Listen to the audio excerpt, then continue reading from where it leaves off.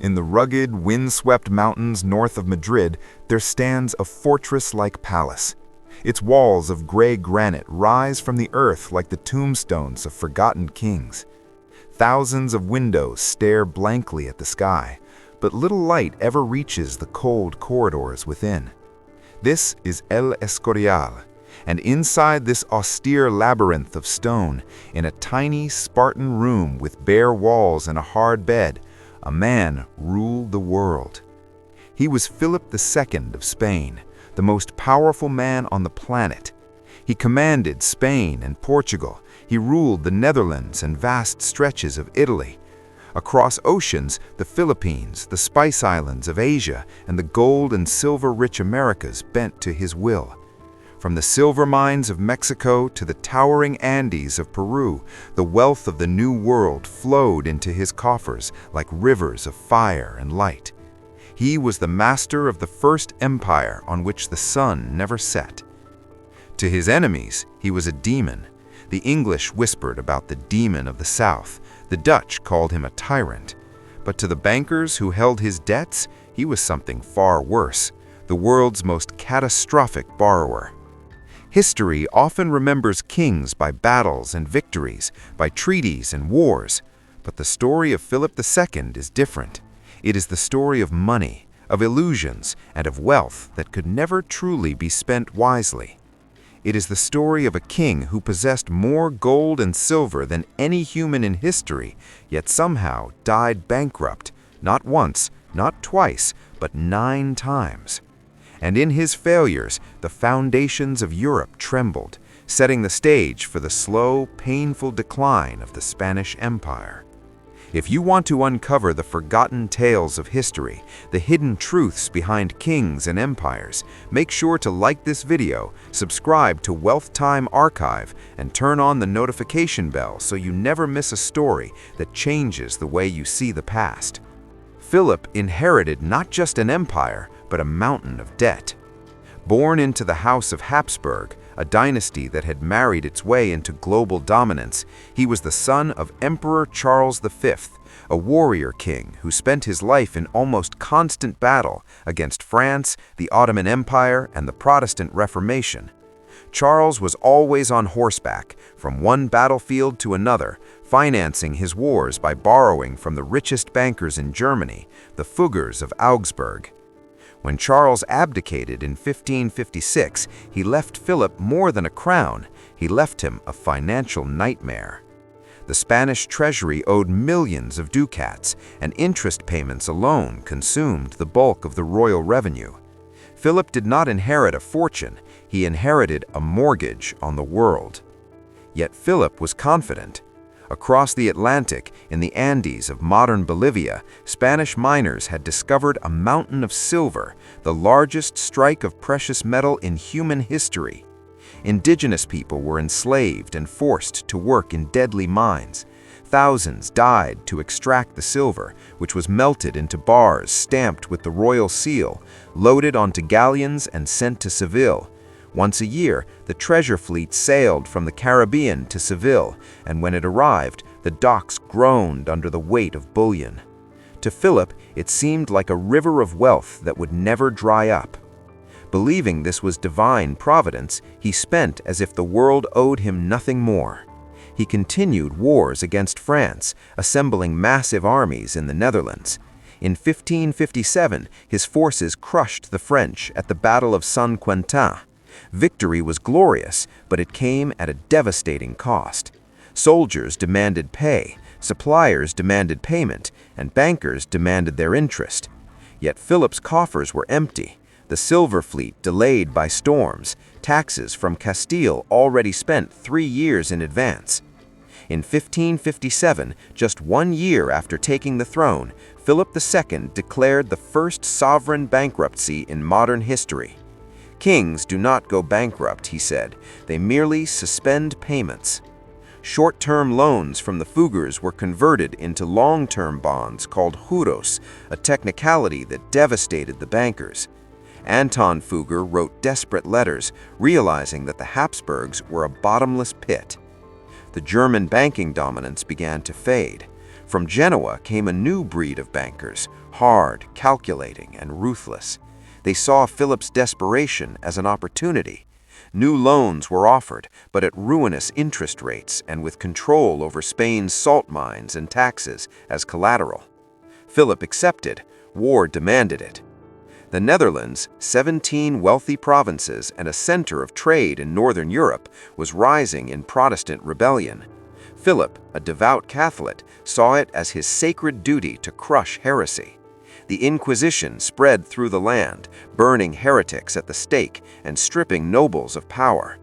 The Dutch revolt ignited, and the Spanish army marched with iron fists under the terrifying Duke of Alba. The Council of Blood executed thousands, and new taxes stifled commerce, uniting the people against Spain.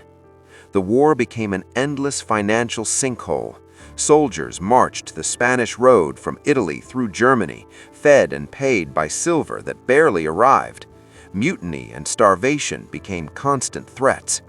Meanwhile, the Ottoman Empire expanded westward, threatening the Mediterranean. Philip poured millions into shipyards and fleets, building the Holy League to defeat the Turks at the Battle of Lepanto in 1571, a monumental victory, yet one that brought more bills than glory. By 1575, the debt reached impossible levels.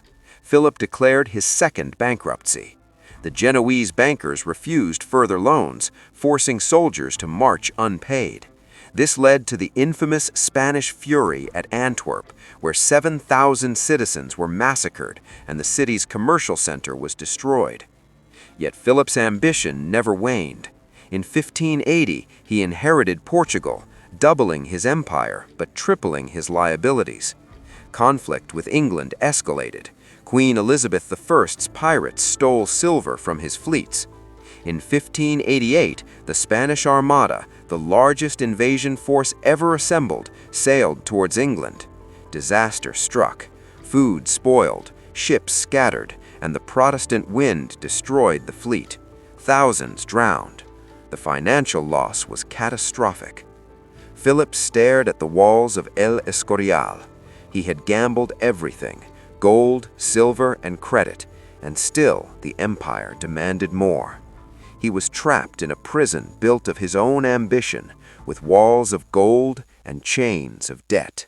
After the catastrophic failure of the Armada in 1588, the empire that had once seemed invincible began to show cracks. Philip II sat in the cold stone corridors of El Escorial, staring at the ceiling, his body aching from gout, his mind consumed by debts that grew like dark shadows over the kingdom. Victory in battles did not translate to financial stability. Every silver shipment from the Americas, every tax levied on Castile or Andalusia was swallowed immediately by interest payments and unpaid soldiers. He had gambled everything on wars he could no longer afford. Philip's obsession with divine providence blinded him to reality.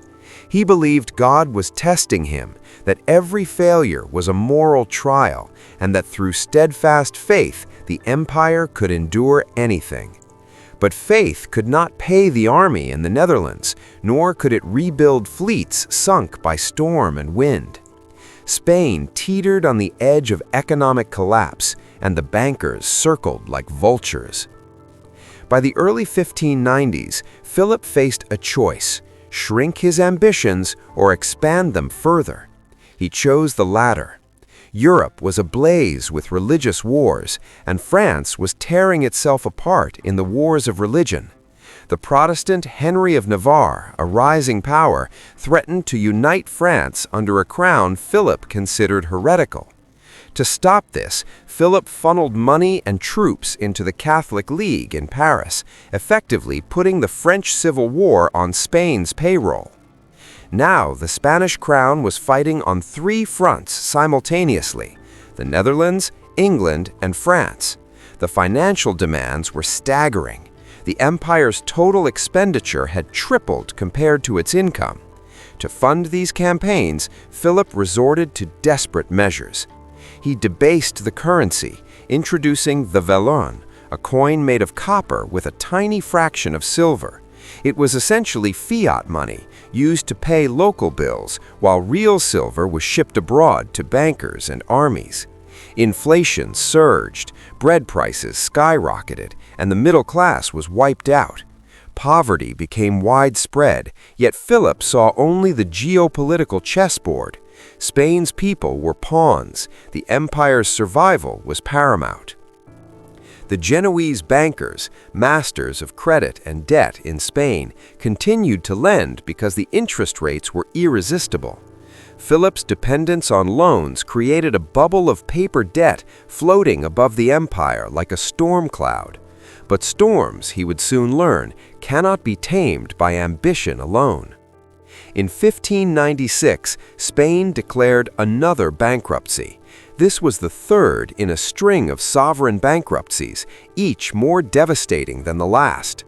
Troops mutinied in the Netherlands and Flanders, supply chains broke, entire regiments refused to march without pay, forcing Philip to bribe commanders with promises backed by future fleets and future treasure that may never arrive. The cycle of borrowing and default had become a monstrous machine, feeding on the silver of the Americas and the lifeblood of Spain itself.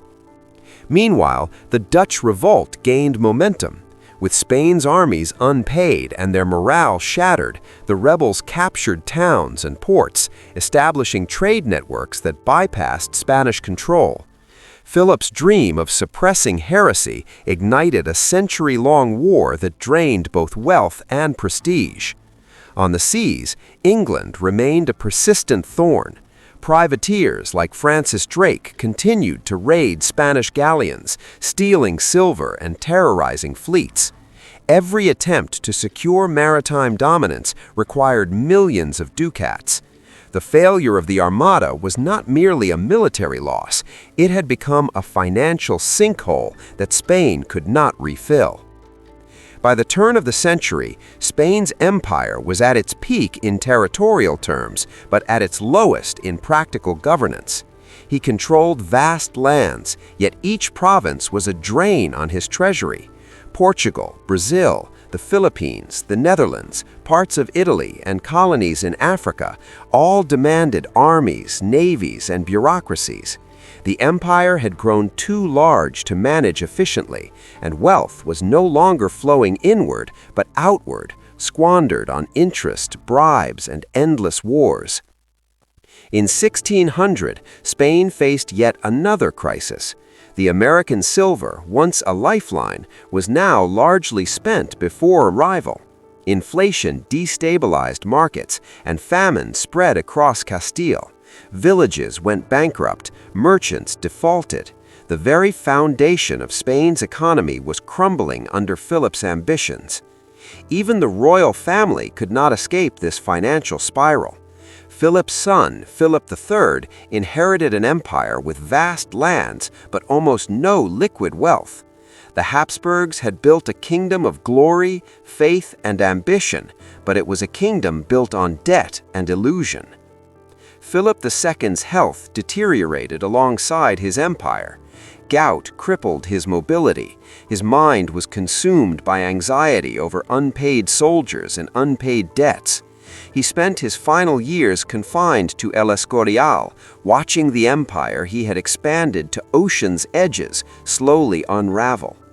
Historians often remember him as a devout Catholic, a patron of arts and architecture, and the king of an empire upon which the sun never set. But beneath the grandeur, he was a man trapped by ambition, a man whose wealth was an illusion, a man who owned the world yet could not pay his bills.